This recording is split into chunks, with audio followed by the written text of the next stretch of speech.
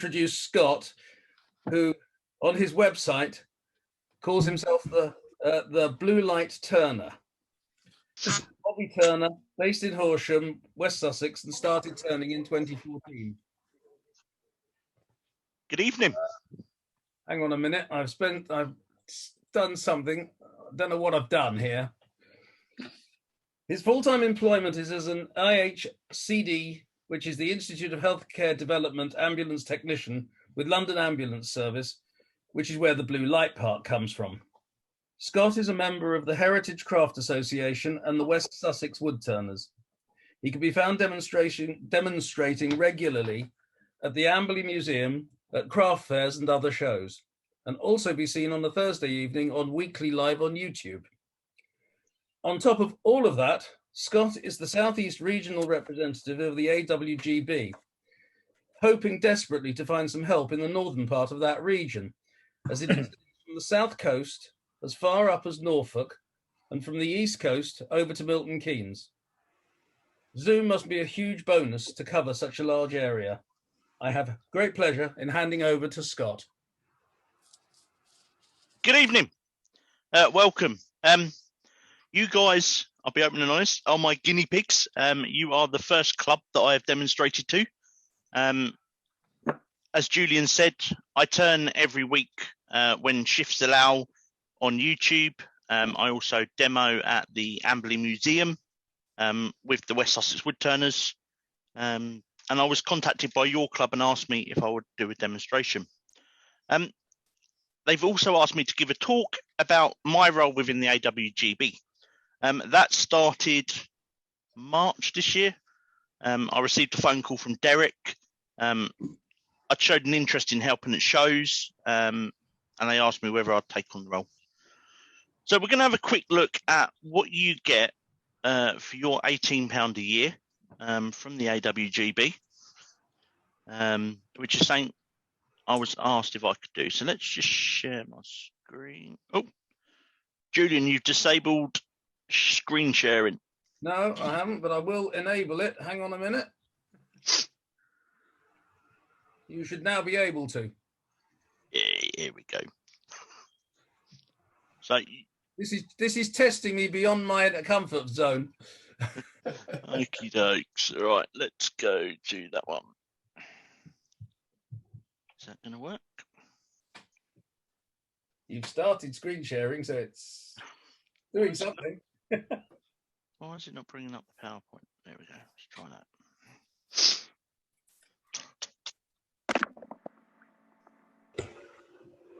This worked earlier on. I did a test Zoom with my son. That's usually the way. Right. Screen sharing this. Let's try again. Sorry about this, guys.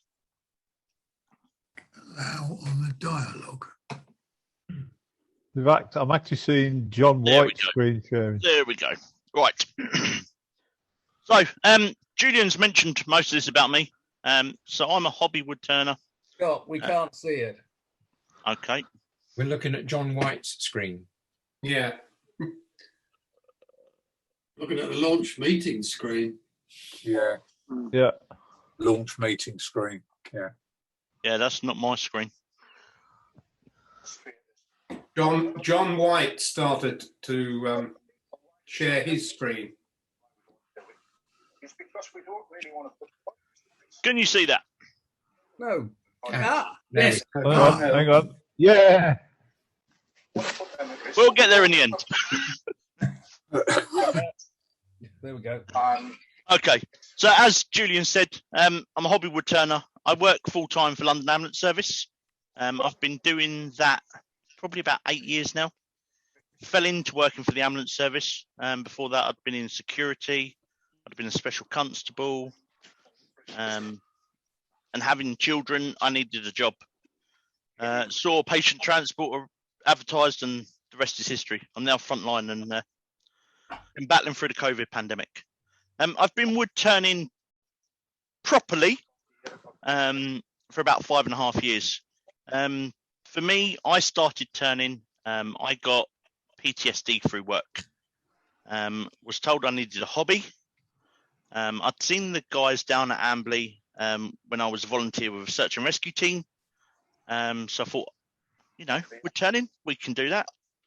So a drunk New Year's Eve, I went on good old eBay and I bought a Clark lathe and a set of Chinese tools. Oh, you were drunk. I spent the next 7 hours sanding after I turned something.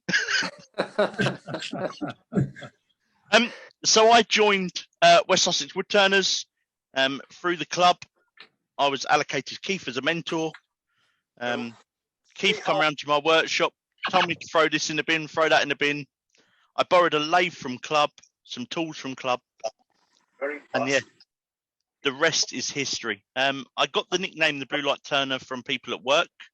They'd seen the likes of Chris Fisher, the blind wood turner, and others, and they went, "You need a name." So that's where that come from.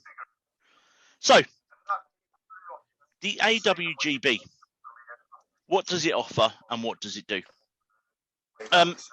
So it's there to promote and advance the craft of wood turning.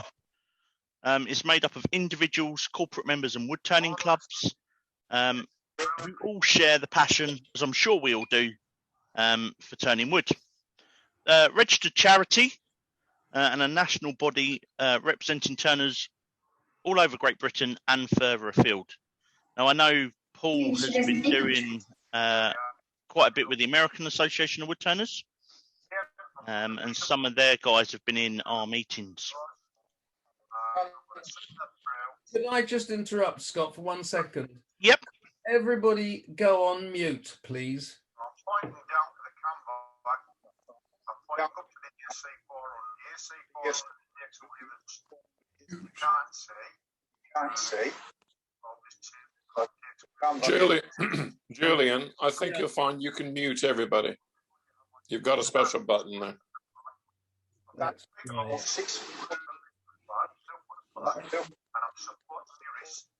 Yeah, then Scott, you will have to unmute yourself. Okay.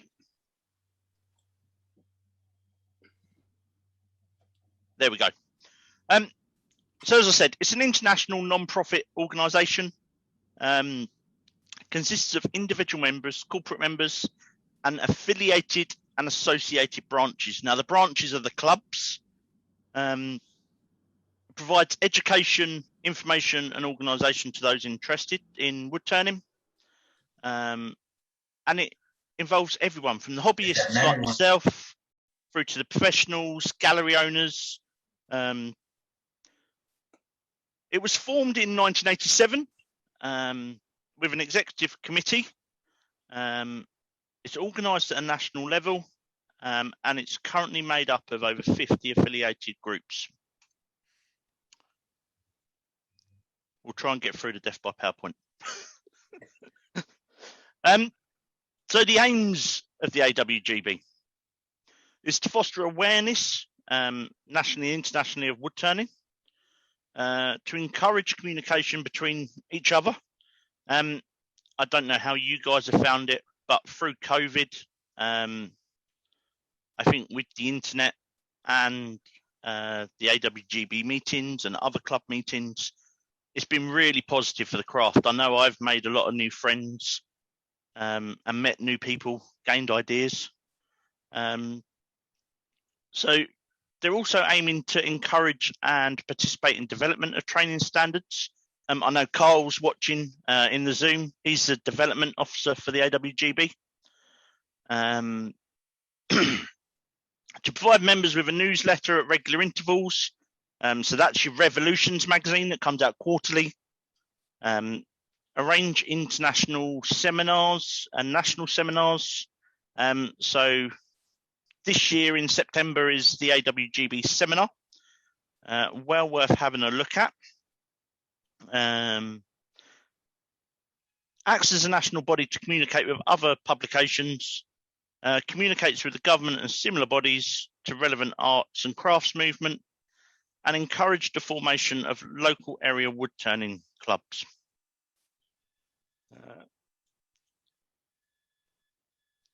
I did this PowerPoint last week when I was working in a COVID hotel, so I was bored. So there's just there's some of the faces. So you've got Paul Hannaby and Phil Irons. Paul's the chairman, Phil's the president. You've then got all the branch officers. So you've got the vice president, the secretary, the treasurer, Carl as development. And then at the bottom level, between the executive and yourself as the clubs, you have 5 regional reps. Darren looks after Scotland. Brian is the longest serving regional rep, looks after the North. Peter's looking after the Midlands. Brian looks after the South East. And I've taken over the role of looking after the South West. And I've taken over looking after the South East. I am very new to this. I aim, once COVID restrictions allowed, to try and start branching out and trying to come to clubs and meet people in emails that I've sent out. If you do a club newsletter, send it to me. I'd like to try and know what's going on and get to meet people. So what does the AWGB offer you as a member? There's a whole list there, and I can send this PowerPoint out afterwards if people wish. Or it's available on the website. So you get the membership of the national body. There's training programs. There's all sorts of courses available online. You've got the Let's Teach Turning if you're interested in teaching. You've got the workshop days. There's grants available, whether that is for clubs or individuals. We'll go into that in a little bit. There's loan equipment like lathes. You obviously get your quarterly magazine that everyone gets through the door, Revolutions. People think, I pay £18 and all I get is Revolutions. But there's much more there in the background. You just need to look for it. If you do demos or a professional wood turner, then they can link your website to the AWGB. Opportunity to attend displays of members' work. As I mentioned before, the seminar, and then support for you guys from us as regional representatives. So if you've got a problem, my contact details are on the website in Revolutions. If you want to call me, send me an email. If I don't answer the phone, it might be that I'm working. Leave a message, leave your number, and as soon as I'm free, I will get back to you. So these are just some of the grants that are available to individuals or the clubs. So obviously with COVID, a lot of clubs have been doing demos via Zoom, like this evening. There's grants available for affiliated clubs up to £300 to pay for a professional demonstrator. If you're doing an event, there's grants available to help you pay for that. There's also discretionary grants for membership. And then there's 2 others, discretionary grants up to £1,000 and over £1,000. And all the criteria for those are listed on the website. And training grants. For members that want to look at other workshops outside what the AWGB organise, then they can offer a grant of up to £100 towards you booking that course. If you don't know the website, there's the website address, and you'll be pleased to know that's the end of this presentation. We all love a good PowerPoint. So have you got any questions? You might have to unmute yourself or raise a hand. Yeah. Yeah, I want how many. I was going to say, Scott, when do you find the time to sleep? I said, when do you find? I come out my workshop at 4 a.m. this morning.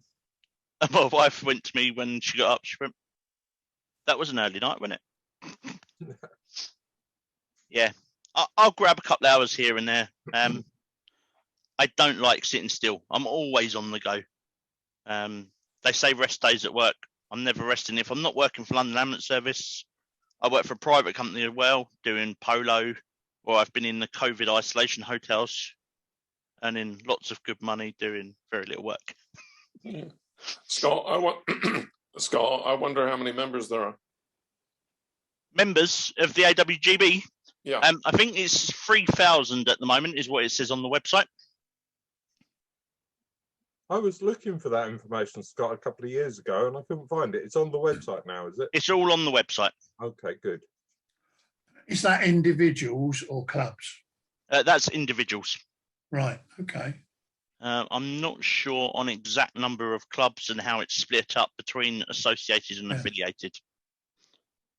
So that's an income of about £60,000 a year.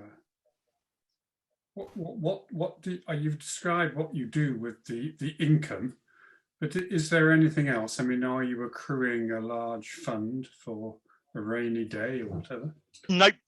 I know at the AGM when all the accounts were shared out, obviously the cost of the seminar, that costs a considerable amount of money, and the insurance. A lot of clubs make use of the AWGB insurance, so they have to pay that, and then the clubs get a reduced insurance premium. Right. Thank you. Yeah, we've recently had a grant to buy computer equipment and cameras for the Zoom meetings at Black Country, and we've had, I think, nearly 800 quid. We've had it hot, that grant. And say through COVID, there's been grants for that, and the COVID fund is still going on at the moment. Scott, I think we've been told in the past as well that the Revolutions is quite a large cost out of the budget, especially with the cost of postage going up. I bought some stamps the other day and nearly had a heart attack when she said they were like nearly a pound for a stamp. No wonder emails are going on. So is there any more questions on the AWGB, or should we have a look at Peppermills? Yeah, go on. Yeah, let's have a look at Peppermills. Right. So, right. So tonight we're going to look at Peppermills. We're going to look at woods to use, woods not to use, the type of kits available out there, the styles, and we're going to turn a simple one. And I've got some that I've turned over the last few days just to get my hand back into it because I haven't turned one for a little while. And we can look at those. I just need to say thank you to Yorkshire Grit, Chestnut Products and Procraft that do support me. Glyn at Yorkshire Grit provides my free Yorkshire Grit. Terry supports me with products. I also do a lot of turning for a veteran centre for them to raise funds. So he provides products for that. So woods suitable. So most domestic hardwoods are food safe. Before you apply any sort of food safe finish or oils, a lot of domestic hardwoods are safe. So you're looking at the likes of your ash, your oak, beech, sycamore, maple, your fruit woods, holly, walnut, mahogany, teak, bamboo, and my favourite wood of all to turn, but probably the most expensive, olive. All of those woods, before you put a finish on, are relatively food safe. There are some, however, and I'm sure you're aware from your other turning, of woods not to use. If you're doing a fruit bowl or something that's going to be used for food, then the woods you want to avoid are your likes of your pine, your yew, birch, boxwood, eucalyptus, laburnum, sported woods. Obviously, the sporting is from the fungal spores, and you don't want that getting into food. And then a lot of the exotic woods out there. Now, there are ways of using these woods to make peppermills or fruit bowls. You can use various finishes. Make sure that the wood's all sealed. So polyurethane finish over the top of it. I was watching a really interesting video. I think it was 3 days ago. I was looking for ideas for Peppermills. I like watching videos. I like looking on different websites just to get ideas and then put my interpretation on it. And there was one website I went on, and they had a clear plastic tube that was about 30 mil in diameter that they put down inside a piece of, I think it was rosewood.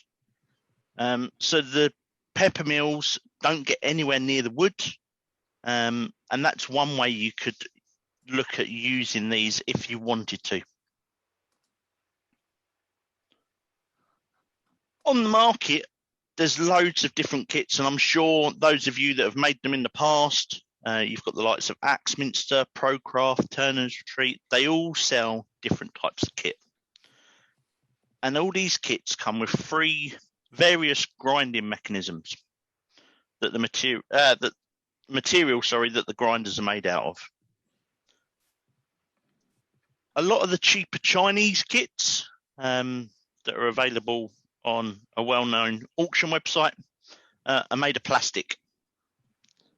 Now, these aren't strong enough for pepper, probably just strong enough for salt and herbs and bits like that. But because they're plastic, because they're obviously grinding, they wear. Longevity of them isn't very long, and they're easily damaged. Then a lot of kits nowadays are coming with metal grinders, perfectly suitable for pepper and herbs, but not suitable for salt because the wood will corrode. You've also got the risks of shards coming off when they're grinding and different metals being used. I bought a kit from Axminster. That's got a stainless steel grinder. I bought one in the past, I'm trying to think where it was. I think it was Ed Oliver when I went down there. That's got an aluminium one. So the strengths of the metals are totally different as well. What I like to use, and they're probably the only grinding kits I use, are ceramic. The ceramic is suitable for everything, so the salt, the pepper and the herbs, and they have a long life. So then we look at the kits. Now, people say to turn a Peppermill, you need special tools. Not necessarily. You can make a lot of Peppermills with your normal tools, your spindle gouge, your parting tools.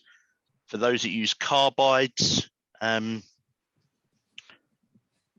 you can use those. But what it does come down to is the amount of drilling or different measurements you have to make. So this first kit here is probably one of the most popular kits you'll see on the market. You have to drill a hole 38 mil to take the bottom bit. Then you have to do another one slightly smaller to take the insert. So there's a lot of faffing around with that kit. The kit I use the most is from Procraft. It comes with a ceramic grinder. These are just pictures I grabbed off the internet the other day. But rather than that plastic bit, they have a metal spring retainer. So you don't need to drill any other holes. You have your 20. Sorry, I can't see anything. I don't know if anyone else can. I can just see you, which is nice, but I can't see the kit. Has it stopped screen sharing? Yes. We're just seeing you, Scott. Oh, okay. Why has it stopped screen share? Let's go. Where are we? Apologies for that. Can you see the PowerPoint now? We can. Would you like to back up a few pages then? If you this stuff. Thank you.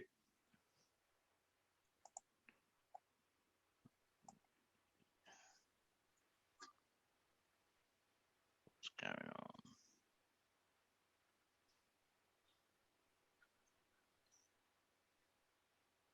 Start from the beginning.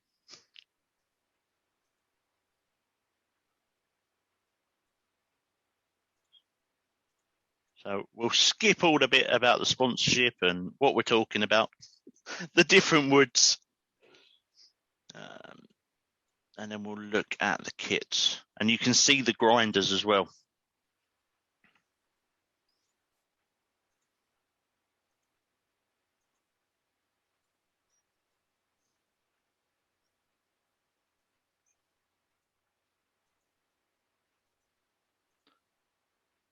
So as I said, these are the different grinding mechanisms available. So the plastic, the metal, and the ceramic. And then we'll look at the kits. So this is the first kit I was saying about. You have the 25mm hole all the way through for your peppercorns. You have your 38mm hole for the bottom grinding bit. And then the plastic piece then takes I believe it's 36mm hole for that to go in. Lots of faffing around, lots of different measurements, and one of the cheaper kits available. This kit, as I said, the ones I use are from Procraft. They have the metal spring retainer rather than the plastic piece with a ceramic end, and they're so easy to put together. It's a 25mm hole all the way through, a 7mm hole up the top, and a 38mm hole in the bottom. Now, I don't do my 38mm holes with a drill piece. I can't see the point in going out and buying a Forstner bit. I just slowly take the bit away, keep offering the piece up, and use my parting tool. You've then got, these are either known as the crush grind or the pro grind. I've seen several different names for these. These are really nice kits as well. And people say when you do one of these, you need a special tool for the little plastic lug. The plastic lug is there for when you put one of these kits into metal. If you squeeze that as you insert it in, that will help hold the kit in. You don't need to put an extra groove in so many millimeters up inside to take that lug. And I'll show you one that I've done in a minute. You've then got like the crank handle, so it has the same mechanism down the bottom, but rather than twisting the bit of wood on the top or whatever you want to use, you don't have to use wood. You can use acrylic or resin for those that turn resin. This has a crank handle. And then you have the old-fashioned styled gear ones. These are quite decorative. Generally go on the top of a box. So you'll grind the pepper in the top. It'll drop through, and then a little lid on the bottom, should we say, that you lift the mechanism off, and then you can just pick the pepper out with your fingers. And the shapes and styles are up to you. Right, let's come back to me, and I'll show you some of the ones I've. Are you back seeing me now? Or are we still looking at PowerPoint? Looking at Clue Light. PowerPoint. Okay, right. It's your desktop, I think.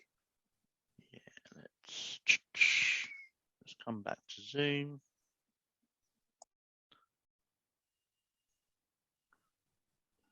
Why won't it let me stop screen sharing?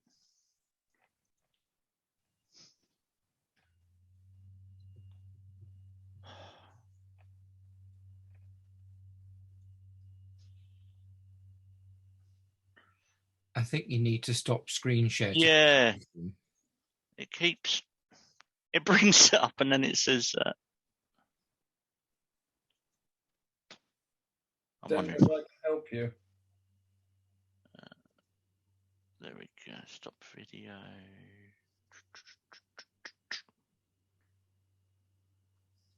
Why is it not doing that? We need the emergency services. That's what we need. I'm a bit of a... The green bit at the top saying screen sharing, you've got options there. That's where you turn off the screen share. Yeah, I haven't. I've got a little window. Hang on. I've got a little window with everyone in. When you don't want it to screen share it.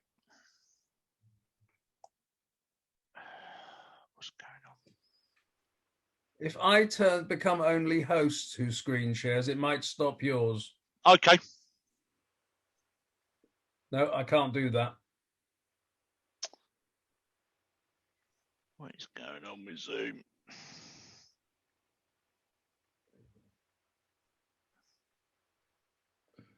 Yeah, all I've got now is a little panel with just everyone in.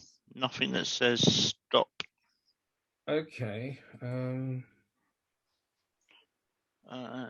What about?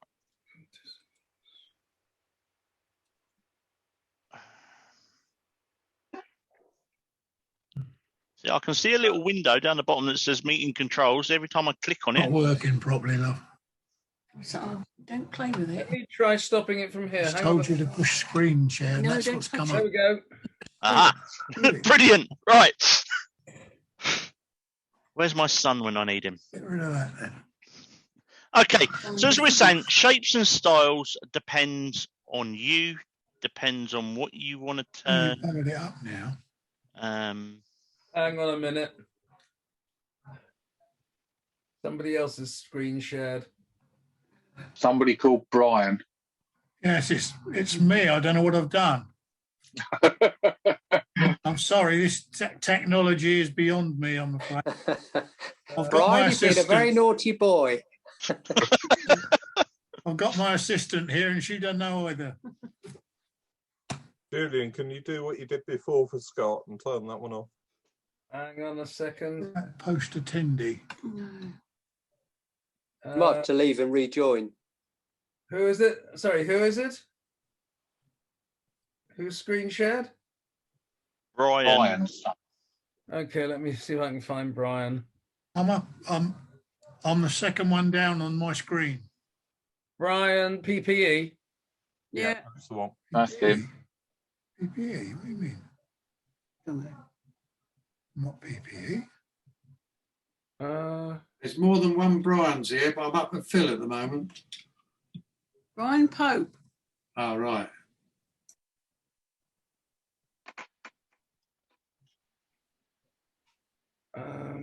So who am I looking for? Brian PPE 2018 at outlook.com is what it That's the says. one. That's the one. But I've got all about Zoom just come up. Who's just not loading? Yeah, that's what I've got. It Yeah, says well, you're that's spotlighted Brian's by the screen, host. so everyone's seeing it. Remove spot. I've removed the spotlight, but I can't stop here. Should be on the screen sharing options for you, Julian. I'm there. There isn't a screen sharing option. Maybe Brian PPE could leave and come There's a back. new share. What is that? Or pause share? Pause share. Pause share? Yeah, try Yeah, that. try that. Go on, do that one for me. Right, pushed it. Ah. Okay. I've got you again. Press the button again. Right, don't touch it. No, I can avoid it. The box says don't touch it. Gotta love modern technology, eh? Yeah. Right, let's go. Oops. Right. I can't see me now. Hopefully you guys can all see me. No. No, not yeah, I can now. Yeah. There we go. Right. So as I was saying, styles, stand back a bit. So you've got the traditional style Peppermill that's normally got the rounder bit on the top, the body shapes in with some beads and a flat piece, and then the grinder recessed in the bottom. You've got the modern style Peppermill, as I would call it, that's more triangular, dips in. Again, this is the grinder in the bottom. That's the ceramic. And this one has a plastic one where this one has a metal. It all depends on the kits you get. There's a turner from Germany that makes really thin candlesticks. that taper in and then taper out again. I really like his style. So this is one that I tried to replicate with a grinder, and this is the sort of style we'll do this evening. This one, we work on thirds when we're turning. Not quite happy where it goes thin, but this has the crush. No, where's the crush grind? The crush grind's in the special one. Again, this is a 10mm grinder kit. The shape's different. This is just a simple piece of ash with ebonizing lacquer and embellishing wax, added in, sanded back, and then that's got a final coat of microcrystalline over the top. Let's pop them down there. And then my wife is a massive wine drinker. And when we have people around for dinner, there's always a bottle of wine on the table. So I tried to be clever and do a bottle of wine with a corkscrew in as a grinder. So this has got the push fit kit in. There's no extra groove. I just squeezed in the lugs, pushed it in, and there we go. And all you do, pull the lid off, fill it up with your corns, and then it pushes back on. So the shapes are entirely up to you on what you want to turn. As I say, they're the ones I've done the last couple of days just to get my hands back into it. I know 2 of them have already been rehomed. My mother-in-law saw one and the wife saw the wine bottle. So that will be going indoors. So tonight we're going to look at the Procraft kit. Where is it? Which is a kit that uses the spring retainer. So there's no extra measurements to do. This just pushes in, the spring goes on top, the grinder. There you go. Tonight we've got a piece of cherry. Styles and Baits were very limited on their wood selection when I placed an order the other day. This is a 75mm by a foot. Now we don't need the whole foot, but what I tend to do is you watch a lot of videos and they'll tell you to cut this bit off here and make that the lid. Then you turn the rest of it as the bottom, and then, but you don't get the grain match. So I'll put a little bit. It's a little bit more faffy, but I like the grain match, especially when you get a nice piece of wood. I think it's important to match the grain up.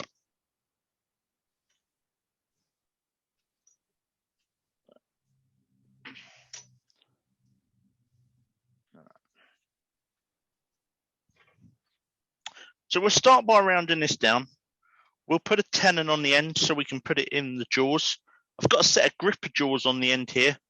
And in the middle, I've got one of the Axminster chuck carriers. So you can put an MT2 center without having to take off the chuck. Let's put my eyes on. Again, eye protection, really important. When I turn normally, I've got one of the Trend air shields and I will use that. But for tonight, I can't use my headset and that. They don't work together.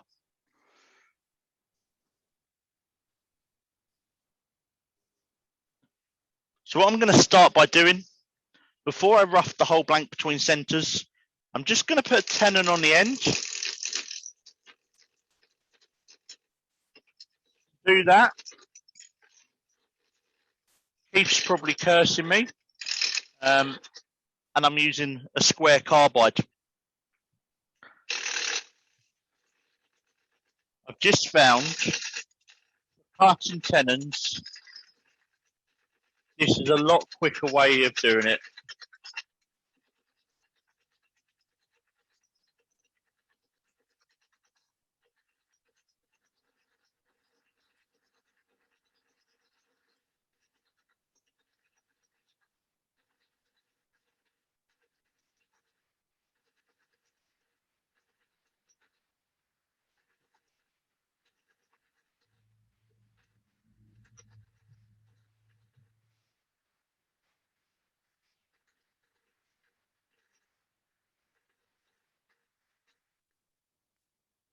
There we go. A little bit more. I know that my jaw ideally are 50 mil.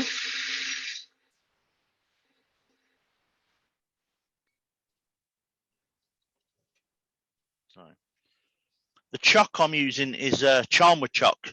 I've had different Axminster chucks. This, in actual fact, was my first chuck, and I love it. So that's all I use now. I've got chucks hanging up on the wall that never get used.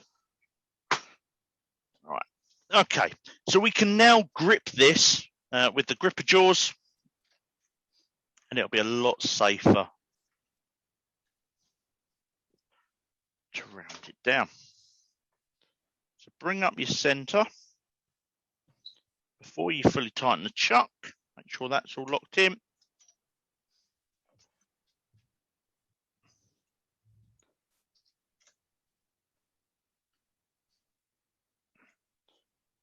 Okay.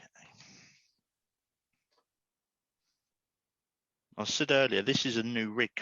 So the lathe's a little bit higher than what I normally have. But we can get over that. Actually, I don't want to put a hole in the new banner.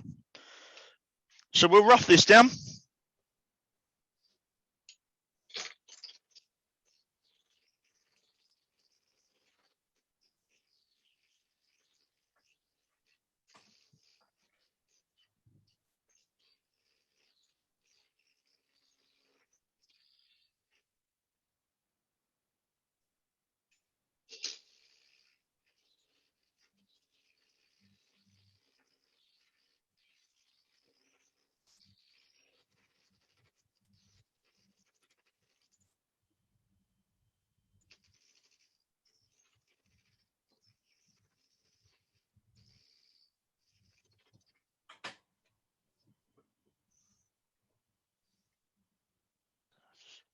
Okay.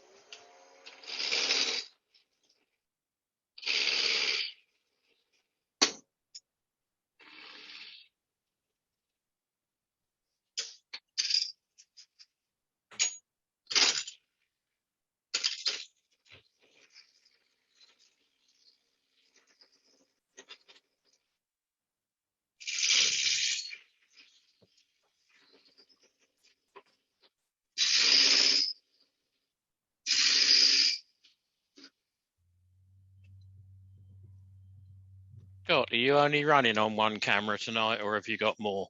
No, I've got more, mate. Can you put the overhead one on? Oh, I can.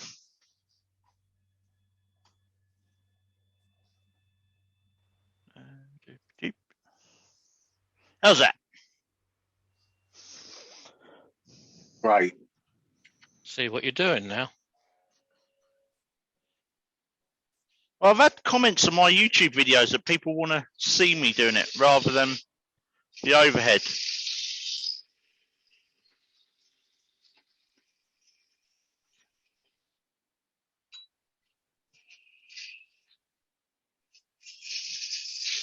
I prefer to see the chisel on the wood. If that's what people want, I'm happy to go with that. Yeah, it's the difference in audience between YouTube and wood turners. We want to see the bevel angle and the holding the tool. Scott, I wonder if it's because you're zoomed in quite so much with the overhead, and they want to perhaps see your hands as well as the tool end. Yeah, could be. As I said, this is, you guys are seeing this new tonight. I finished setting this rig up about half hour before we went live. Doing very well. So there we go. Can you literally pull the camera towards you a bit, Scott, rather than have it over the... That's it, keep going. There I do. There? That's better. Okay. Yeah. So, I don't know how many of you have used Procraft before, but all their kits, you can't see that as whiting out, all their kits come with a really handy paper instruction guide that you can have in the workshop. You know the sizes you've got to do, and I just find rather than going online or downloading a PDF, that's just simple. It's on the side. it's there. So what we need to do now is we need to put a 7mm hole in there. So we'll take that out. Where's the Jacob's chock with that in?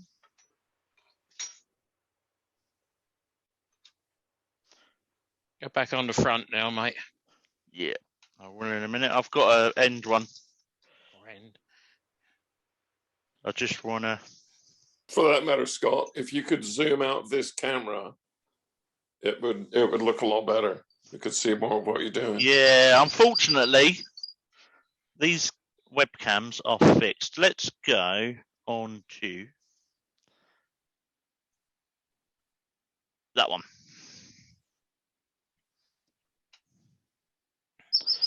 So all I'm doing at the moment is just a 7mm hole, nice and gently, low speed, coming out to clear the shavings.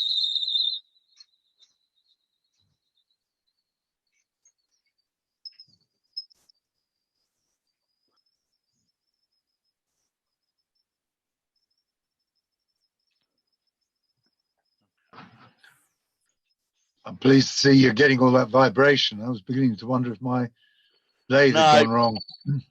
No. So this rig is a disco stand that I acquired off a friend.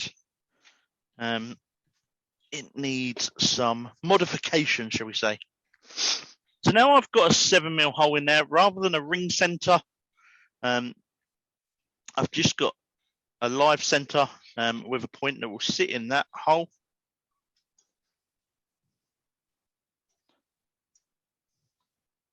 There we go. So the top is up to you. How big you want to make the top. Let's go back to the other camera and hopefully we'll get a better view of it now. So there's no set instructions. You can have a tiny top, you can have a big top. The way I look at tops is the bigger the top, the less pepper I can get in there. So where's my parting tool? So what we're going to do, I know that I need to have, to go into the body, I need to have a little spigot at 25mm. So I'll get my calipers and I'll just set that at 25. Just over to allow for sanding. There we go. And then, where's the one I did earlier? Yeah.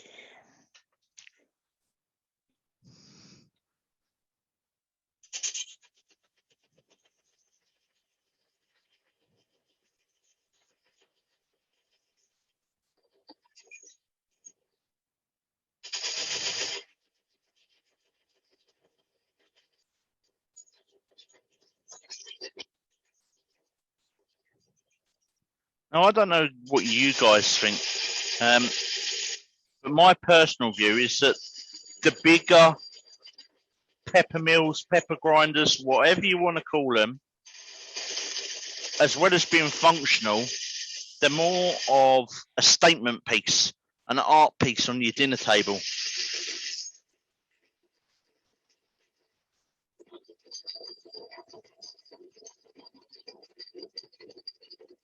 So when I do a 10mm kit, I tend to put a larger end on for twisting because I've got quite big hands. Scott, can I just ask, when you say a 10mm kit, what's the 10mm referring to? Sorry, not 10mm, 10 inches. Oh, length of pot of pepper pot. Yeah, Oh, yeah. Thanks. Cheers. Sorry.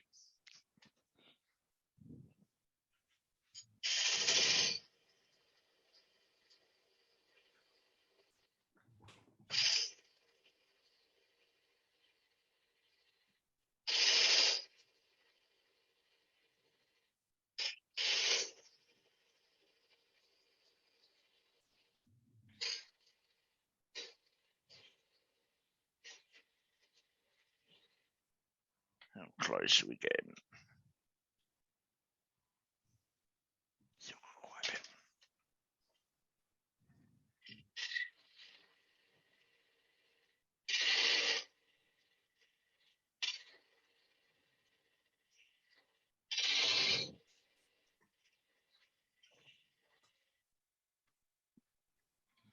Let's turn the speed right down now.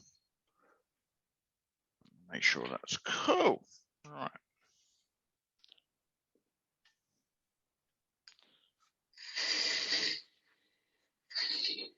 So what I'm now going to do is go through so far, but rather than cut it straight off with the parting tool, because this end is only supported with the livestock, the live center, sorry, I'll just use my Japanese saw and take this bit off. So this piece will be the lid. We can put it to one side and we'll come back and finish that bit later. Now I've got no hole there now. My personal preference when I haven't got a hole, rather than end up with a big point in, is I will always use a ring center.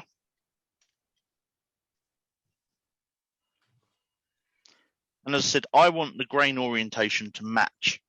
A lot of people, you'll watch the instructional videos, will tell you to do this bit as the bottom. What I do is I'll put a small tenon on here now so I can flip the piece of wood round and stick it in the chuck.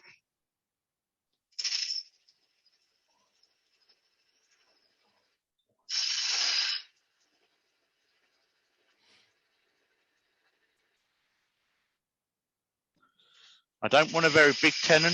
I want the grain match to be as good as possible.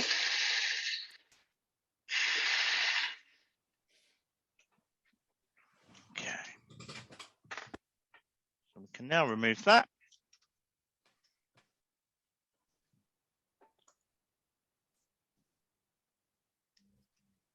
The other good thing with these gripper jaws is you don't need a big tenon. This grips in. There goes my chuck here as normal in the shavings. Who else has that problem?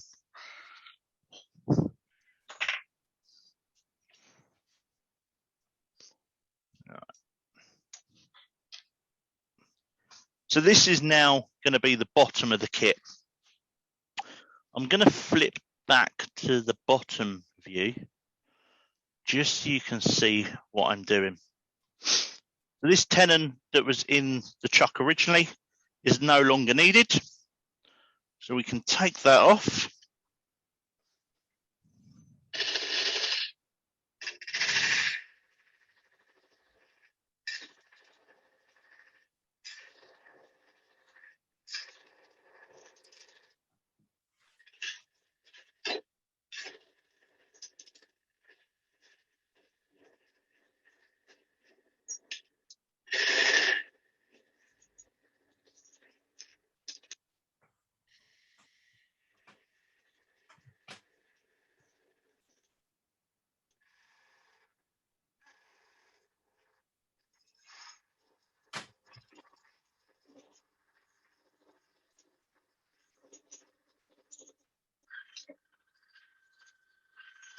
Is there any questions so far?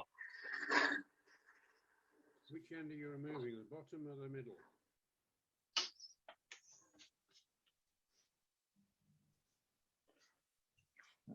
I'll lift that up, you'll be able to see a little bit.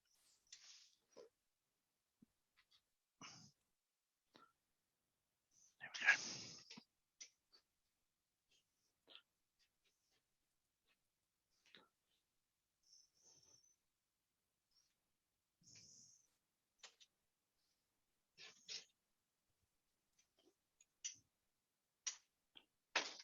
Okay.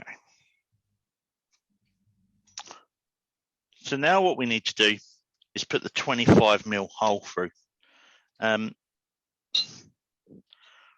you're working on one of these MIDI lathes, you're very limited on the length of drill piece you can use. So I normally have to do this in a couple of stages because of the size of my auger bits. Where's my grips when you need them? This is now the bottom, isn't it? Yeah, this is now the bottom. So I've flipped it round so I can keep the grain orientation. Let's try the other Jacob's chuck.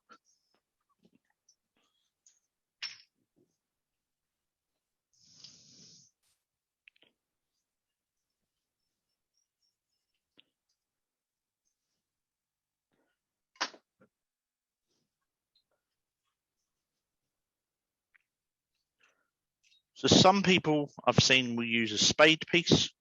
I found they tend to wander.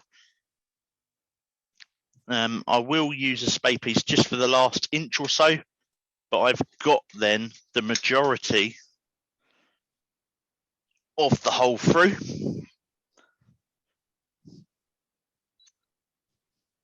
Why don't you use a Forstner bit? Because I haven't got a long 25mm Forstner bit. You can use that. I've got a short one. But I've watched a couple of the Americans, and they tend to use an auger.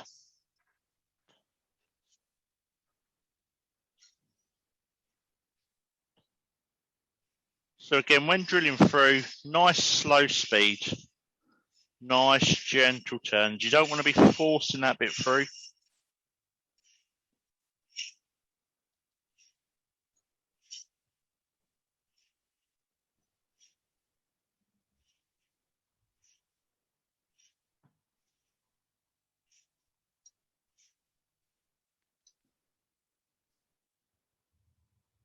Backing off just to clear the shavings. Scott, what speed is your lathe going right now? So this is probably about 500, which is the slowest this lathe goes on this belt.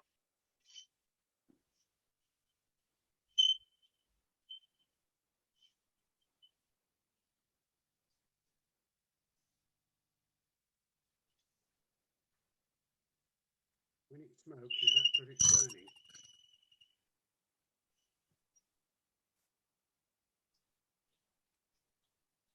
If this had been in about 2 weeks' time, we could have done it on the new lathe. But that hasn't arrived yet because Record have got a delay. I mean, everyone's been buying lathes during COVID.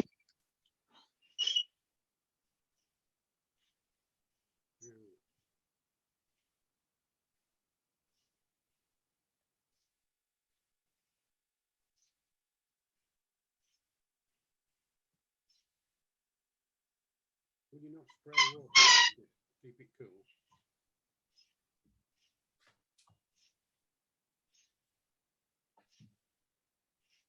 A little bit of wax might help you out there if you had a candle handy. Yeah.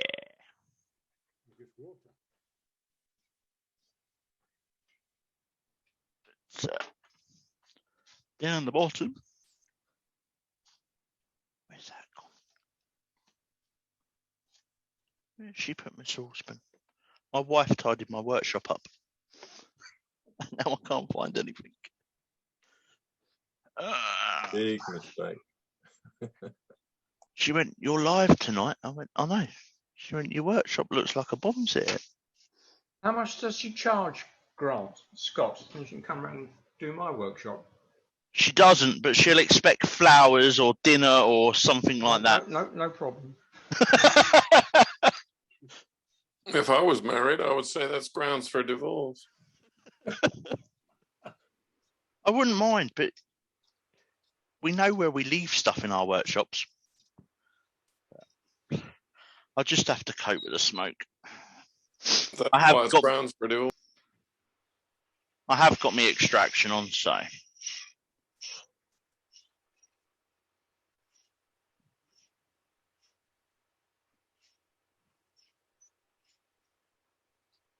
I can't get her on the lathe yet, though. She's been on the scroll saw. You'd need a special chuck for that. For what? For mounting your wife on the. I'd have to wait for the herald to arrive as well. Scott, do you keep a fire extinguisher near your lathe? I do. I have a CO2 fire extinguisher. Oh, it's handy. So I'm based at New Addington Ambulance Station, and we share the grounds with the fire brigade. So. I know it well, Scott. I used to live in Coulsdon. Okay. Before I moved to the Midlands, but yeah, I knew New Addington well. We used to get beaten up there quite often, actually. It's not a pleasant place to live. There in Forestdale, yeah. Sorry, guys, but reminiscing. Yeah.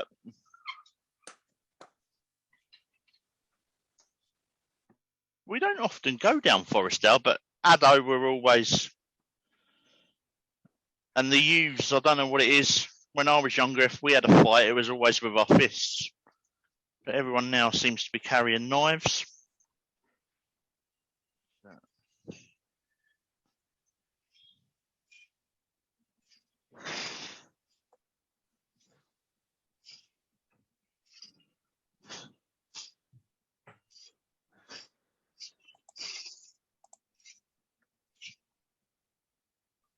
I don't know what's worse, watching sanding or watching someone drilling a hole. All right, let's stop that from now and we'll swap to the bigger. Suggesting it's boring. Hey, but I was going to ask if it's pyrography or if it's drilling, but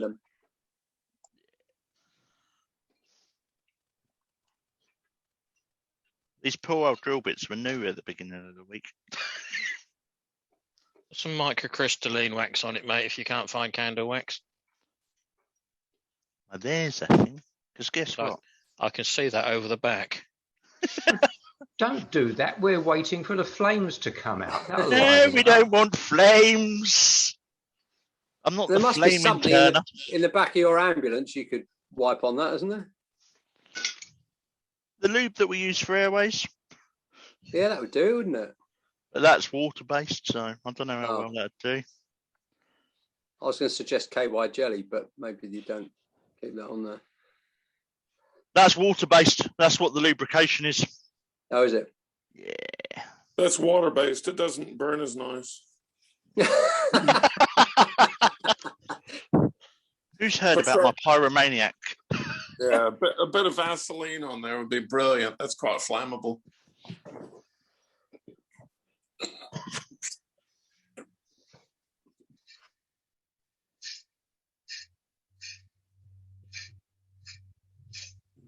How deep you need to go?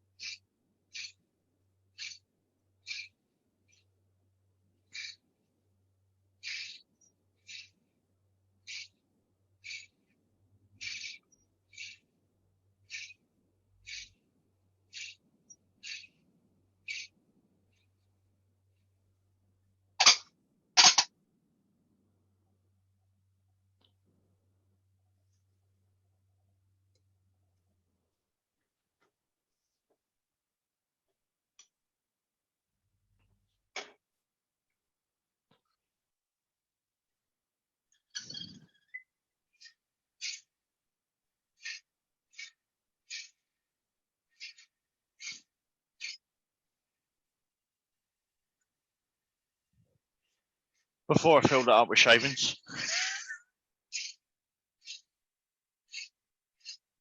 I'm glad I'm not the only one. It's normally my Yorkshire grit. I think we've all been there and done that. There's a guy in Ireland, Steve Twidell from Temple Boy Turnings. He's actually 3D printed. He calls it a product saver that goes in New Yorkshire grit, which is like a honeycomb. When we use it, I'll show you. and that prevents you wasting loads of Yorkshire grit, because it just sits in the top there. Any shavings in the top, you just wipe it, and there you go. You've lost a little bit.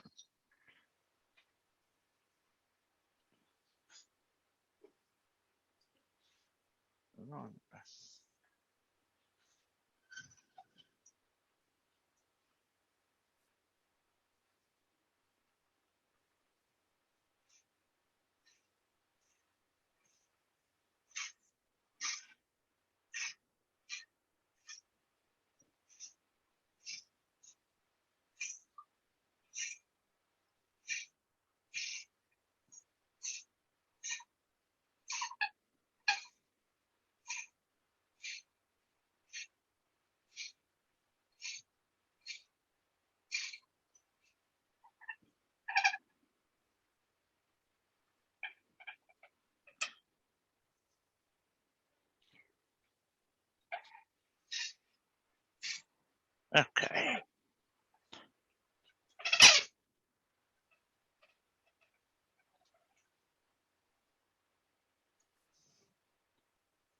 Let's stop there. As I said, for me doing the big ones, until I've got a long Forstner bit, I bought an extension, but I didn't realise Forstner bits come in different sizes, so the extension's different size to the Forstner bits. So I'll just finish this end off with a long spade piece.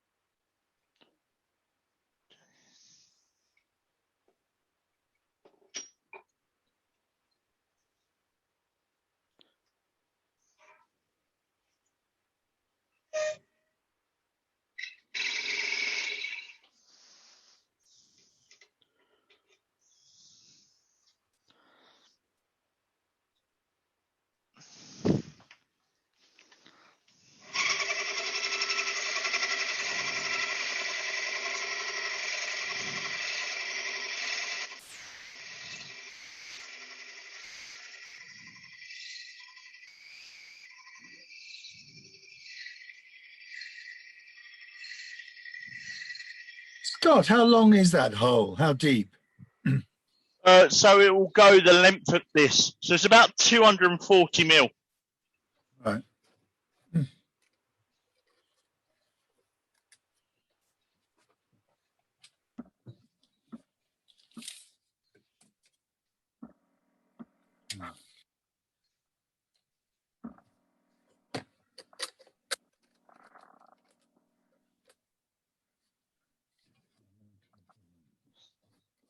If only they did a piece like for when you're doing table lamps.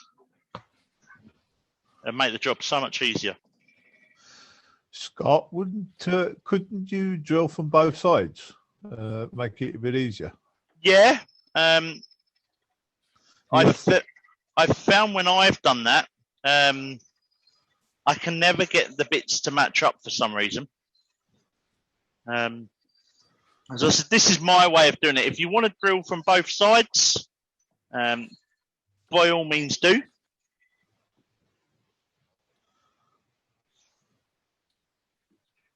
But we're there now, you'll be pleased to know.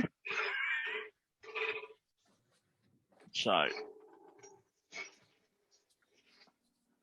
all right, stop the lathe, take that out and let it cool down. Okay. So we've now got the hole all the way through. So we now need to think about the base. I'm going to swap to my smaller tool rest. Now, a bit like when you do the base of a bowl, I always put a little concave in the bottom, just so when it sits on the table, it's sitting flush. And if there is any uneven surfaces, then it's not going to fall over.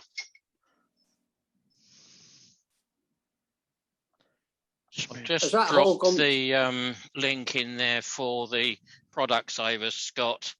If, if everyone Keith. realizes, forking bananas, banana@gmail.com.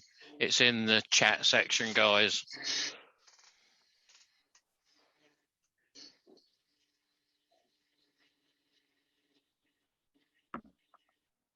They're a brilliant idea.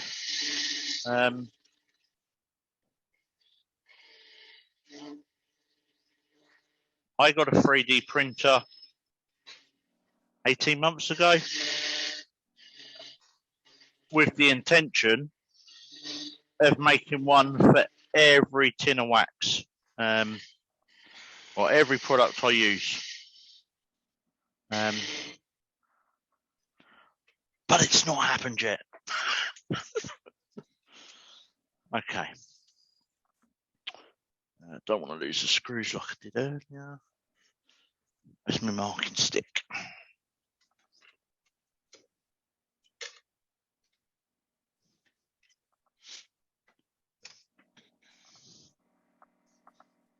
Coming out the pencil pot.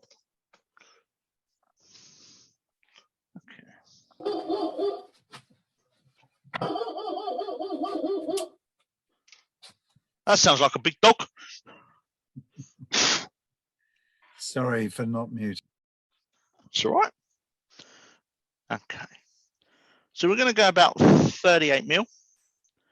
So I'll just put a rough mark in, and then I'll work to it and keep trying it. Now you could do this with a 38 mil force nibit. Where have I put my parting tool? There it is. So this needs to be about 10 mil deep.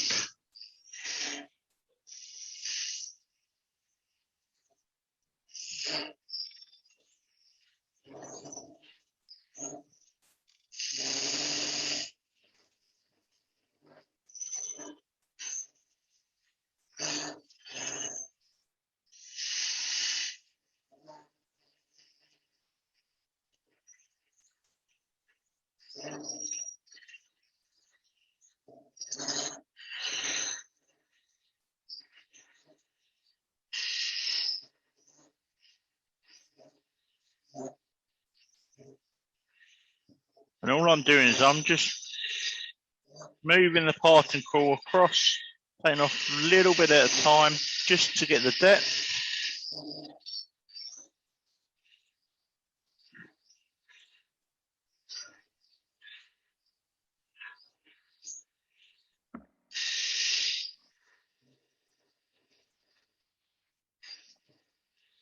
And once I'm happy I've got the depth, I'll then go back and just check the size.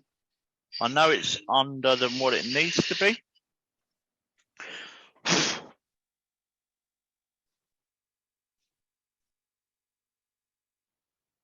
Oh, look at that. Couldn't do that again if I tried. Perfect.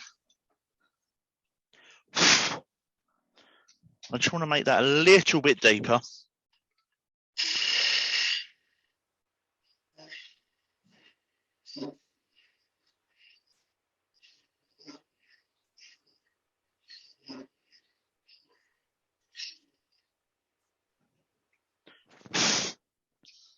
So this is where the crucial measurement comes in for this kit.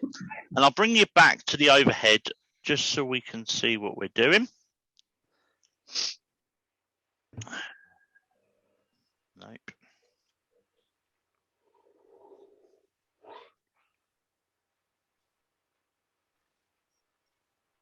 Why is the overhead stopped?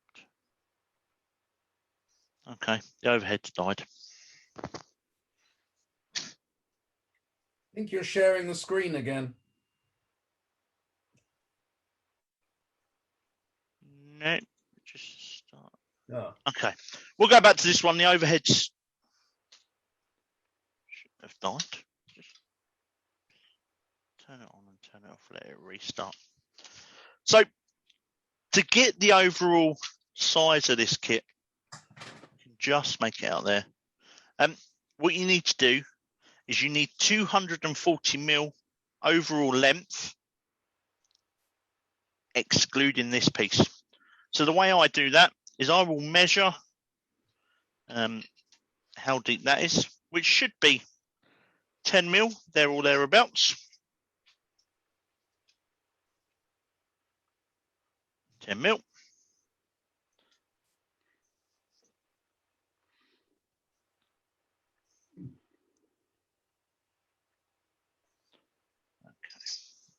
And then what I do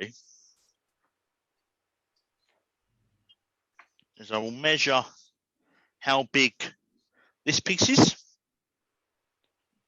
So we're looking at 55. So you then want to do 240 minus 55. So we're looking. My brain's not working. Where's use the calculator? 185. 185. There you go. Thank you very much. I should have listened at school. So then what I'll do is from this piece, I'll mark 185.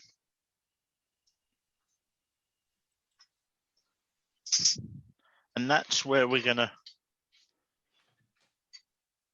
part it off. So Scott, is it 185? Sorry, 240 from overall. the top. Yeah. So what you want is you want the lid. So if you imagine the lid's on here, you want from this top end to this line we made here, which is the end of the indent, that needs to be 240. Gotcha. So the bottom of that 10 mil hole you just made. Yeah. Gotcha.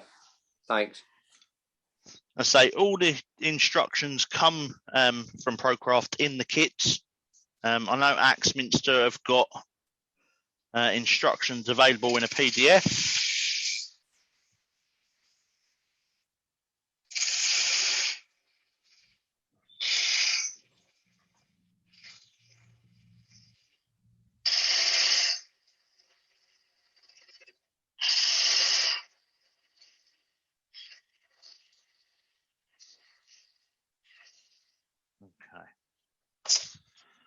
Now I've got the 25 mil hole all the way through.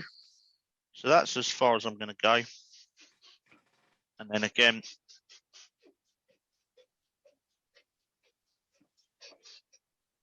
I'll take it off with the Japanese saw.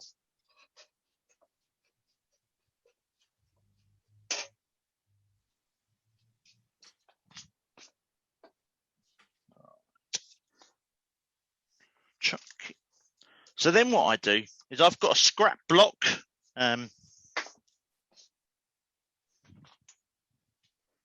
I've just turned a cone on and I use that as like a drive center. There's a friction drive. Actually, where's that lid? Let's just tidy that up quickly. So if you need to adjust the lid, now's the time to do it. And the way I do it is I've got a light pull drive. Is that all the way through? Should have done. It's just clogged up. So I'll put the light pull drive in the chuck. I just want to clear out that hole.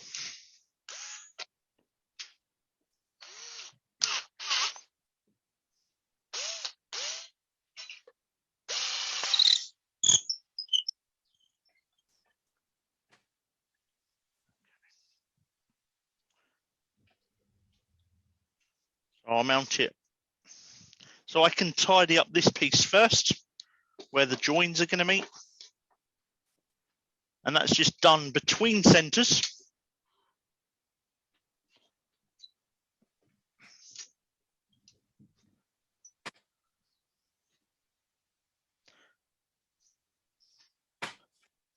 Small spindle gouge.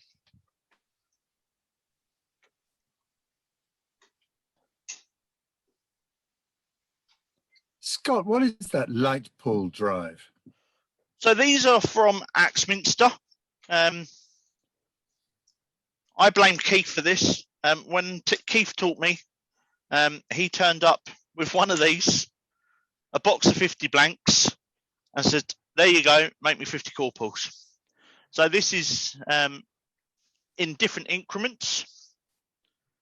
So when you turn in light pulls or anything with a hole in, it's a friction drive that will go on. Right. Yeah, I think they're about 12 quid.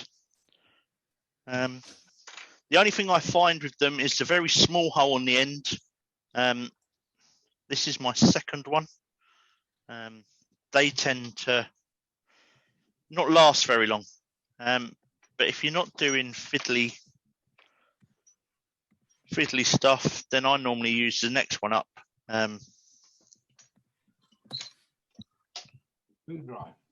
It's only because I've got a student at the moment.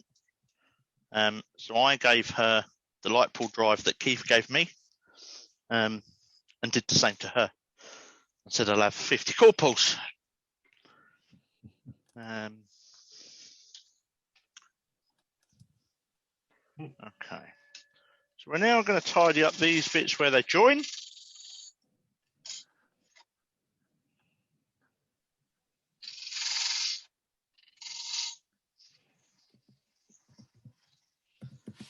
I'll see if I can get the overhead working again.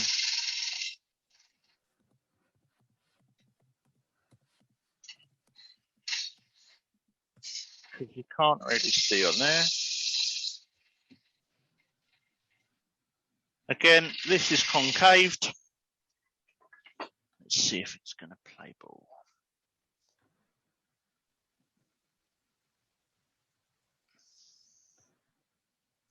Doesn't want to play, does it?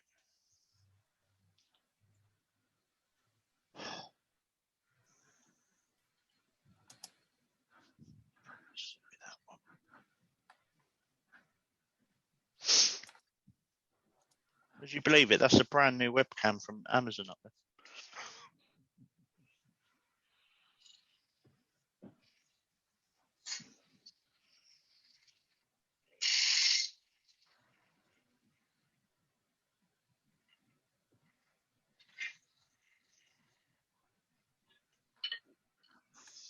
I just want to check the fit in there.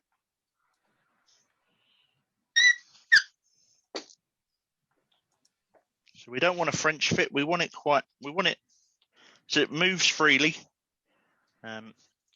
but not so it's too loose. So I'm just going to take that down with a little bit of 80 grit.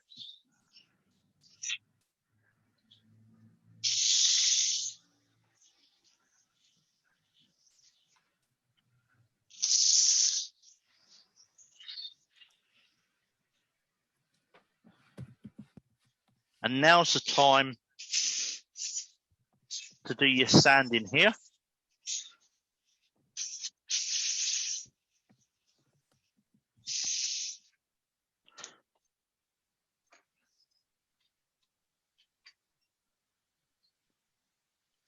And then I'm just going to use the point of my skew, just the top point, just to level off this bottom of the spigot.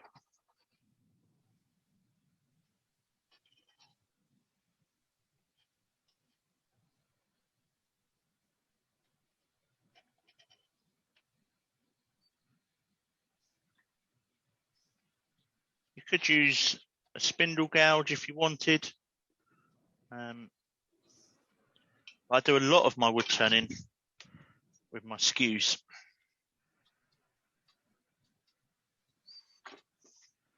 So we'll now flip it round.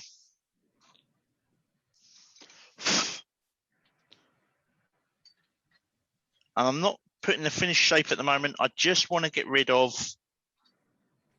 the marks, the wax, and then I'll shape it once I've got all the pieces together on the lathe.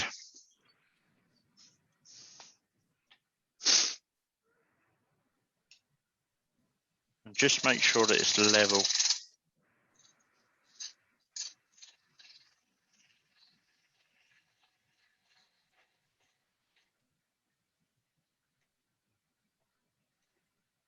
There we go. So the light pull drive can come out. And we'll go back to that waste block. Now I've made mine out of oak. Hardwoods I find are better for when I'm doing things like this, where I'm going to do repetitive turning. But you can still see the lines on it, even out of hardwood. And then what I will do, I'll place the bottom in there, and I just want to tidy up this top end.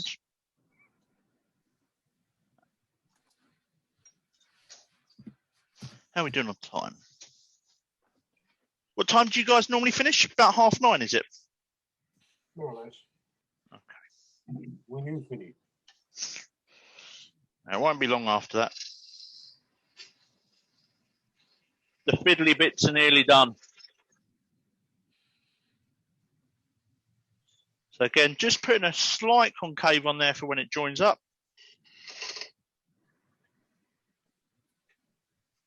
Skew, there it is.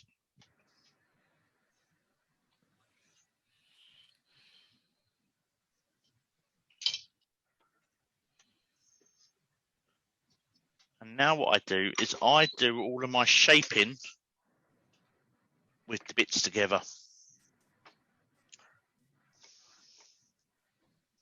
I don't know if you can see, even with the holes like that, they've still not gone back together 100%.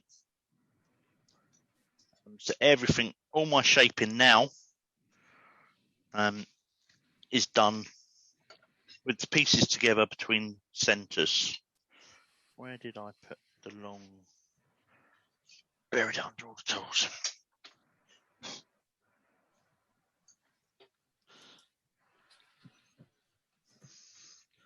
You're doing a very good job of undoing all your wife's good work, Scott. I know. She'll walk in here later and go, "What have you done?"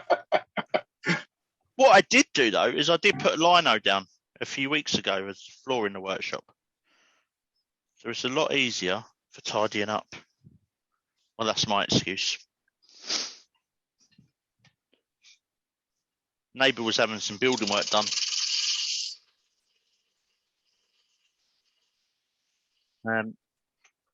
And a brand new bit of lino that filled a 9-yard skip. Was just, or covered the top of a 9-yard skip, was just laying there. So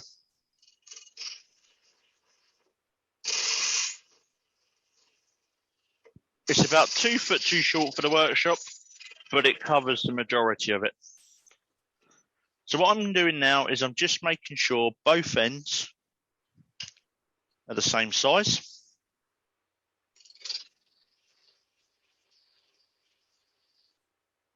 As I said, we're going to go to the similar modern shape. I find they're the ones that sell better, especially down here. And then I want to set the ruler. 10 on each end. So these are just my markers, so I know that both ends are the same. So when I start bringing the shape in, I've got the same at each end. So overall, we got 25, roughly 50. And what I'm going to do now is I know I've got a 25mm hole up the middle. I want to allow 5 or 6mm either side of that 25mm hole. So I'm just going to set my calipers just over 35mm, allowing a little bit extra for sanding. And then I'm just going to make a mark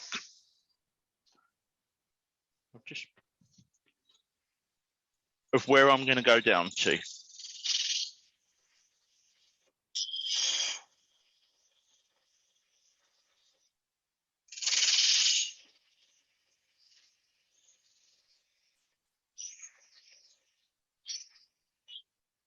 Now I'm doing that. Let's come back onto that front camera as the overhead stopped.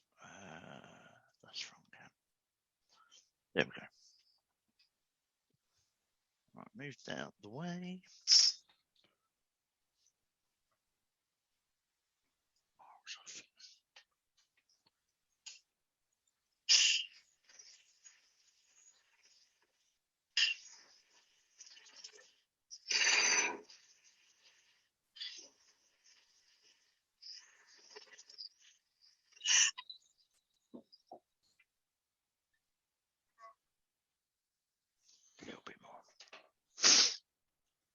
Now this isn't crucial, this measurement here. Again, this is just the way I do it. But because it's going to be used, I like to make sure I've still got a decent wall thickness either side of that hole through the middle. So we can now start shaping. I'm going to take a lot of the waste away with my rough and gouge.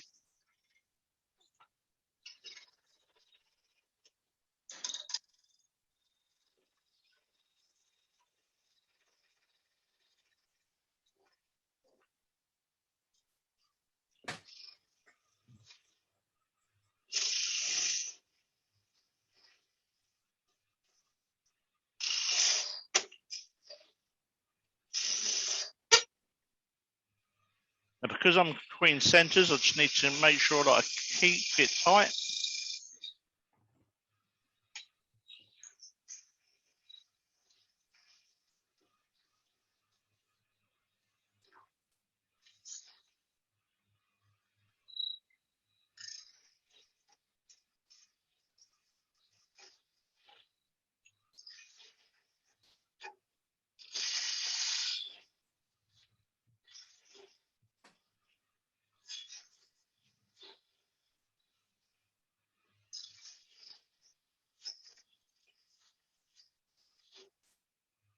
If anyone's seen the Les Fawn videos, he does some really good peppermills.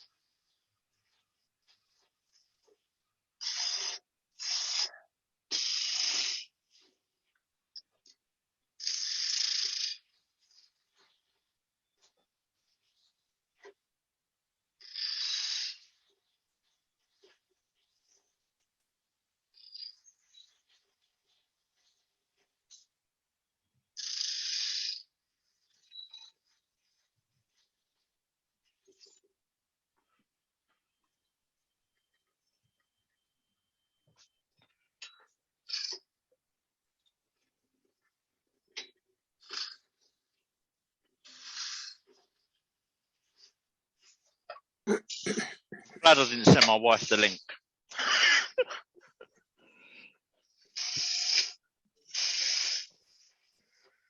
As I said, the shape is entirely up to you.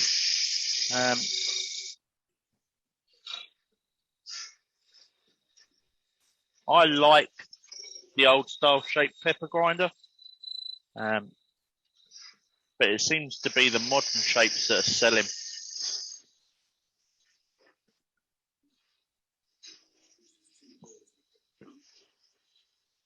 Scott, can you make this kit shorter or not if you want to, or does it have to be that? So this one has to be 10 inches. They do an 8-inch kit that you could do the same. Oh, right, okay. Or the cross grind kit comes as a 12-inch bar, but you can cut that down to suit. So if you don't want it that high,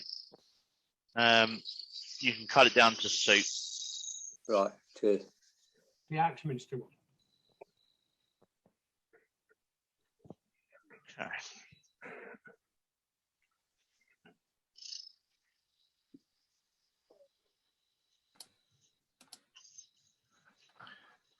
Quick question. The Axminster one, yeah? Sorry? The Axminster one doesn't have a just have a hole, and it has to be a push fit into the lid. All right. Yeah, where is it? That's it. So the crush grind one comes with the bar on there is 12 inches. But once you've decided what shape you can do, this has just got a little plastic bushing that goes in. I've actually cut that down. I think I took about 2 inches off. So you can make that a different size. What do you mean by crush grind, Scott? It's just so these crush grind or pro grind, call it. There's no adjustment on the top. It's all done on the bottom. And once these kits are in, that's it. You can't get them out again. So you need to make sure that you're 100% happy with the fit. But if you remember in the PowerPoint, it just showed it. So it drops down. It's a different style of grinder. It's got the ceramics in there, but they call it a crush grind for some reason. It's the trade name. It's the manufacturer's called Crush Grind. Okay, there you go. It's like Hoover, you know. It's their name. Okay. Yeah. It means you can basically have the kit as long or as short, whatever as you want. It's totally down to you. That you're not affected by the top. You don't need a little screw top on it or anything. That's right. They're the ones that are more fiddly to. Yeah, exactly. Yeah, they're not as fiddly as the. Where's one of them other kits? I did get one out just to show you guys. Yeah, they're not as fiddly as these. So these ones, this kit here that I'm doing has got this metal spring clip. This has this. So you've then got to do your hole for here, then another hole for here, and it's just really, really fiddly. And look at the thickness of the spindle on that. You know, it's ridiculous. That's probably why they're only about £4.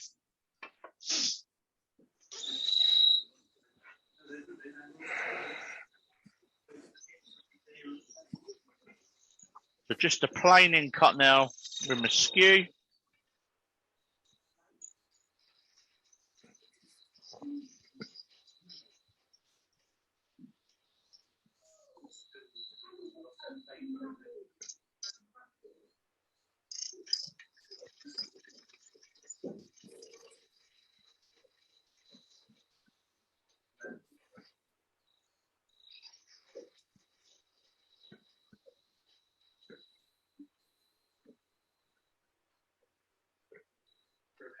Look in there. Top down a little bit more.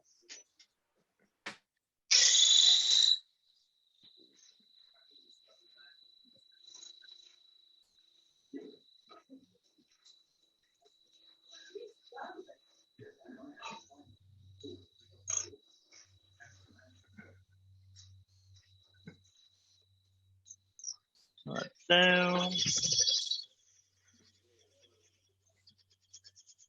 Is that too noisy for everyone? I can mute. Tell you what, it's doing my editing, so it's got to be doing your editing.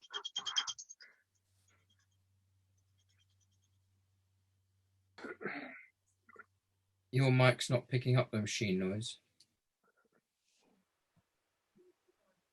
The headset that Scott used is the same as what I use. They're absolutely brilliant for noise suppression. Well worth it if anyone does any demos. These are Jabra.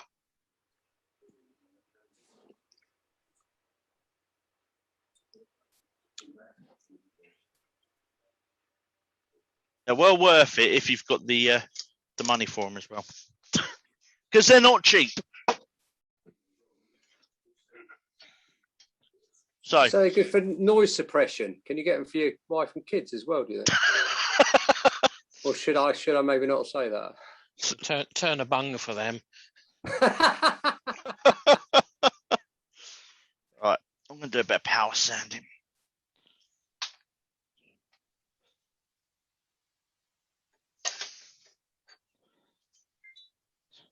For those of you that watch Wayne Clasper, Wayne the Woodturner, after watching him and the speed he does, he's sanding at, power sanding.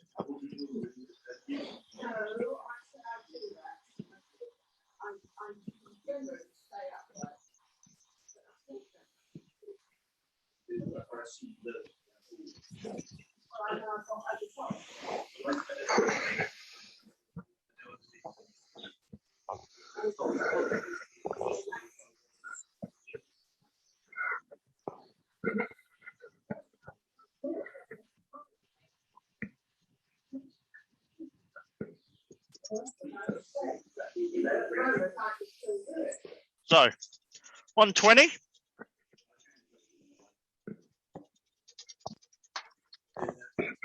This is 180.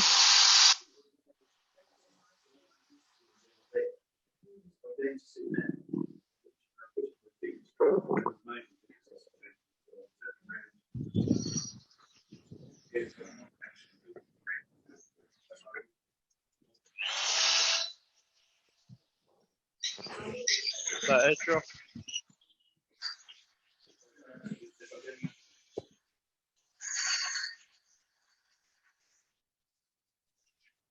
And then 240.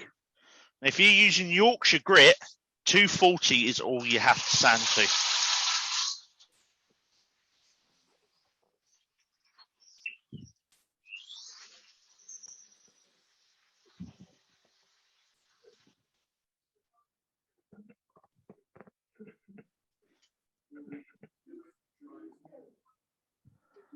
Just a little bit on the top there.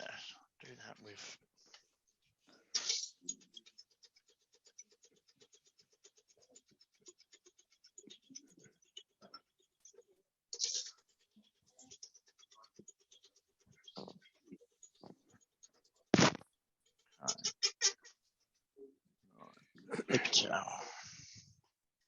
There we go.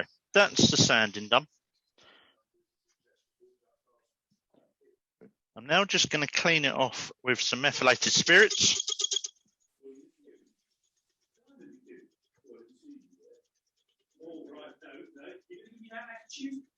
You've done the Hampshire Sheen excellent in finishing course. Martin swears by this. Have an issue with disabled people? Anyone else can't see me?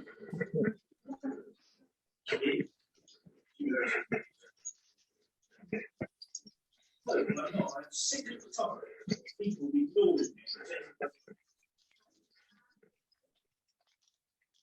All this is Chestnut's cellulose spray sanding sealer.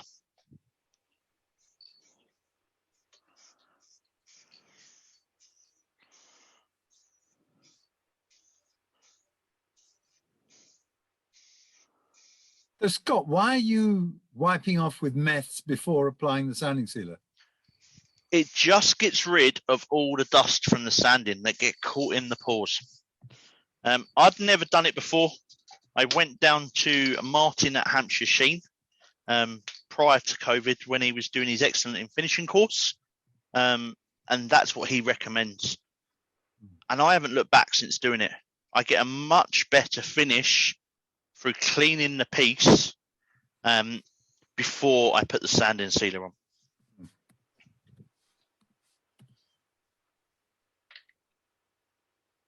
All right. So this is the product. I don't know if you can see that well. The honeycomb effect in there. That's the product saver. So where you put your Yorkshire grit down, I'm right at the end of this tub here. And you've got a brand new tin and you fill it with shavings. That just sits in there. Sits on the top. You push it down and you get as much as you need out. You don't then get to waste loads of Yorkshire grit when you fill it with shavings up. So Yorkshire grit, best applied with the lathe stationery. Making sure you rub it in. Does anyone use Yorkshire grit regularly? Yeah, all the time.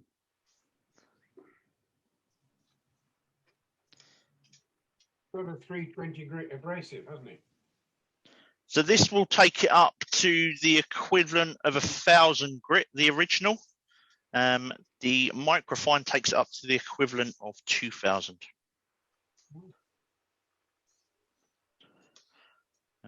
When I spoke to Terry, Terry obviously does his equivalent in the cut and polish, but I just don't feel it gives the same finish. You know, there's lots of other abrasive pastes out there. Using the same piece of cloth that you applied it with, just work it in. Make sure you cover the whole piece.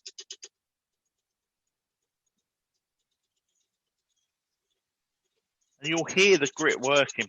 You can hear the roughness.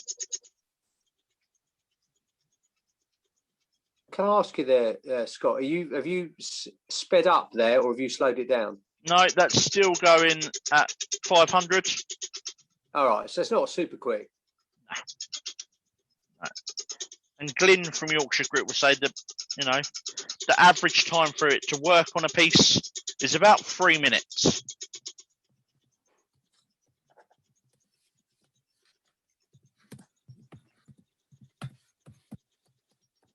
But this cuts down on all the dust, all the mess from the sanding. It's just being done with the abrasive paste.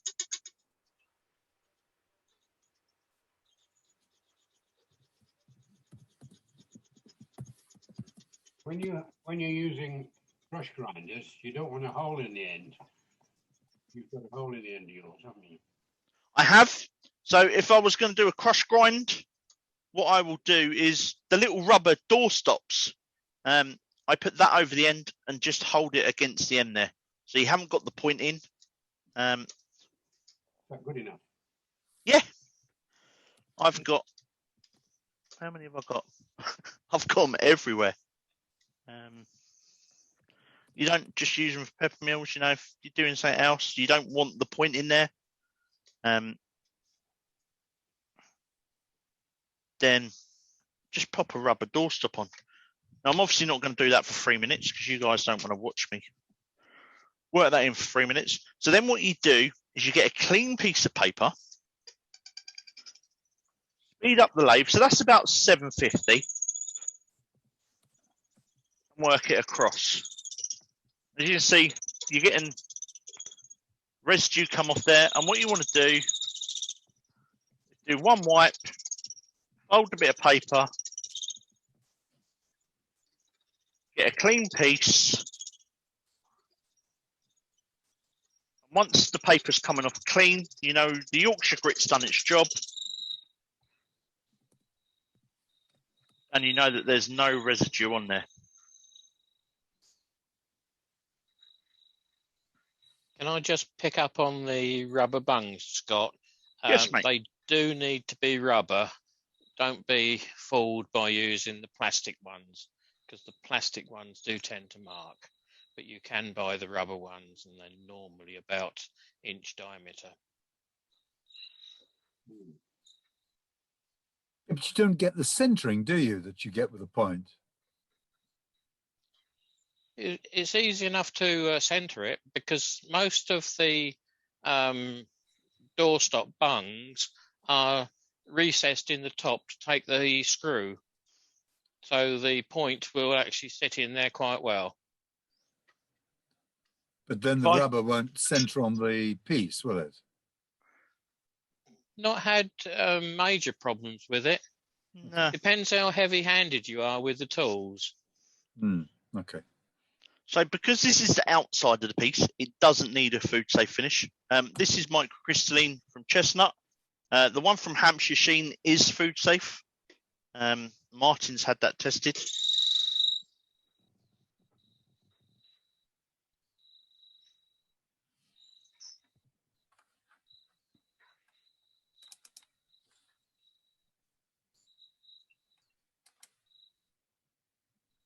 I'll write that in. Now, the reason I've gone for the microcrystalline over the wood wax 22 is this is going to be handled. A microcrystalline doesn't show the fingerprints as much. If you use something like wood wax 22, it's getting picked up, it's moved around. You will eventually start seeing the fingerprints.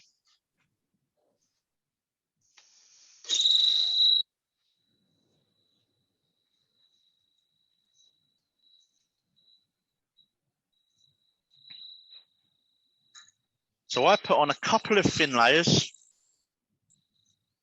So I'll put a layer on, buff it off, and then I'll put another layer on the top.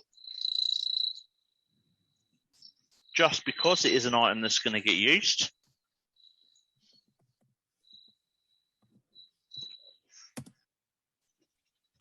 How are we doing? We're nearly there.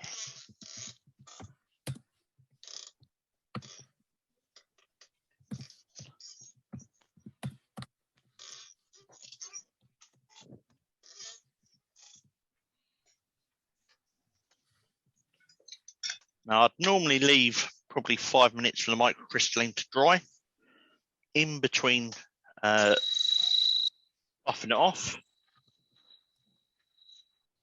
But because it's like this, I can remount it later. I can refinish it. If I look at it once it's put together, with these kits, you can take the kit off. You can reshape it.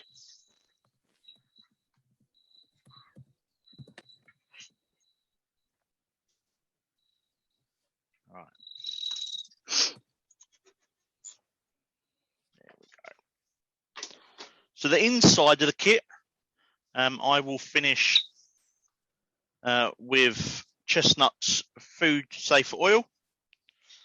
Trying to grind back up.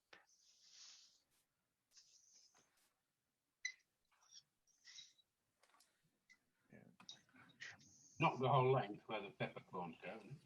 No, you don't have to. Just the top bit. If you wanted to, you could.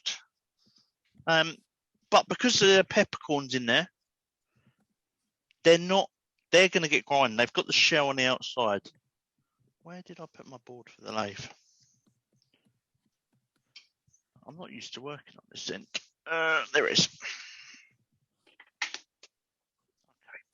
Okay. So, we now need to start thinking about constructing it.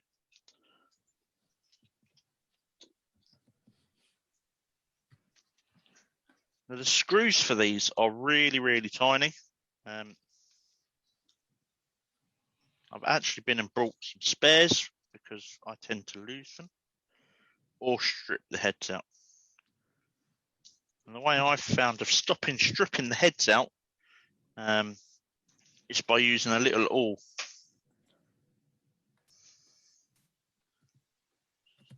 Put that on there. Just put a bit of paper underneath it, just to protect it against that hard plastic.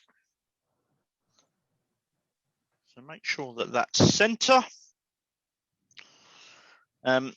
Procraft do a little awl, or this is just a leather worker's punch, 99p on eBay or something like that.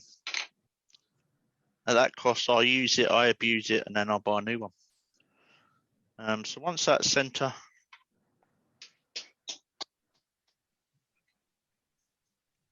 just knock some holes in.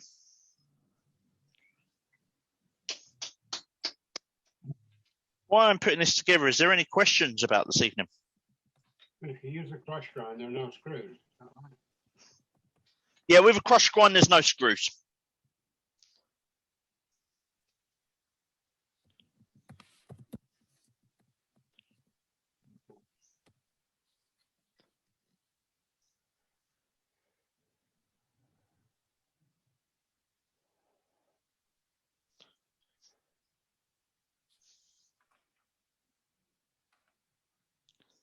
And you don't get the little bit on the top.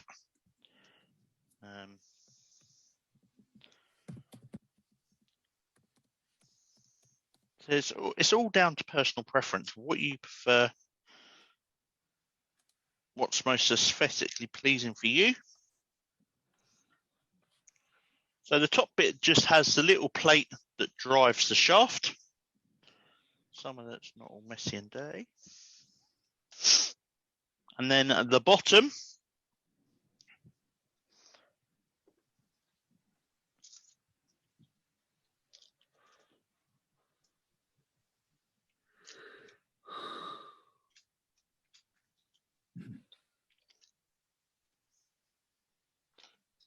so there's the spring retainer. Instead of that big plastic bit, no extra hole, just pushes in.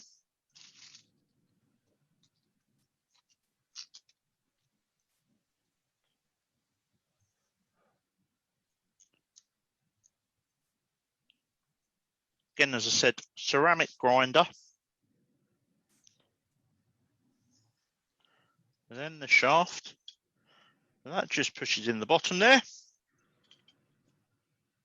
What you want to do is make sure that you haven't got the grinder. You see there's two little indents on there where the screws go. So they need to be in a different location to the spring retainer.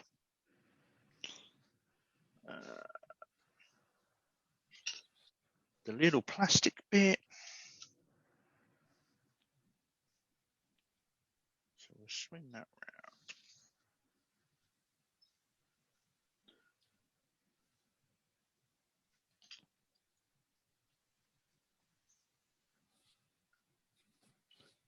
These longer ones on the bottom, if you make these kits, these are the ones that I tend to have trouble with.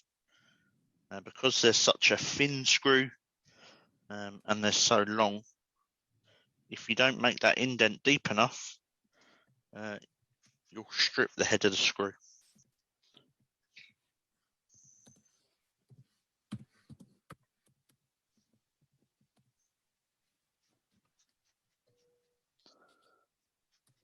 You've got to make sure it's not proud of the base, otherwise it won't stand right. Yeah. Which is why we did the 10mm indent.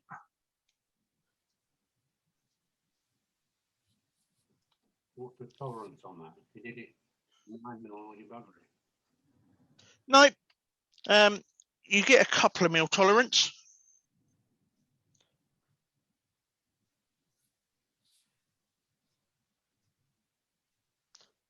One day I'll invest in some nice screwdrivers. Scott, have you just followed the instructions from Procraft, or have you modified those instructions in any way? So I've modified them by the way that I turn it around to get the grain match. Right. That's the only thing I've done. Procraft will say you do that, then you don't get the grain match. It doesn't look as nice. Mm-hmm.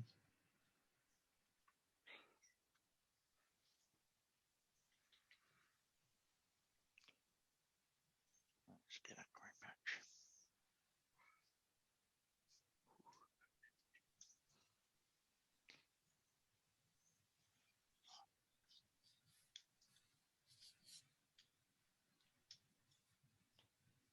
Here we go.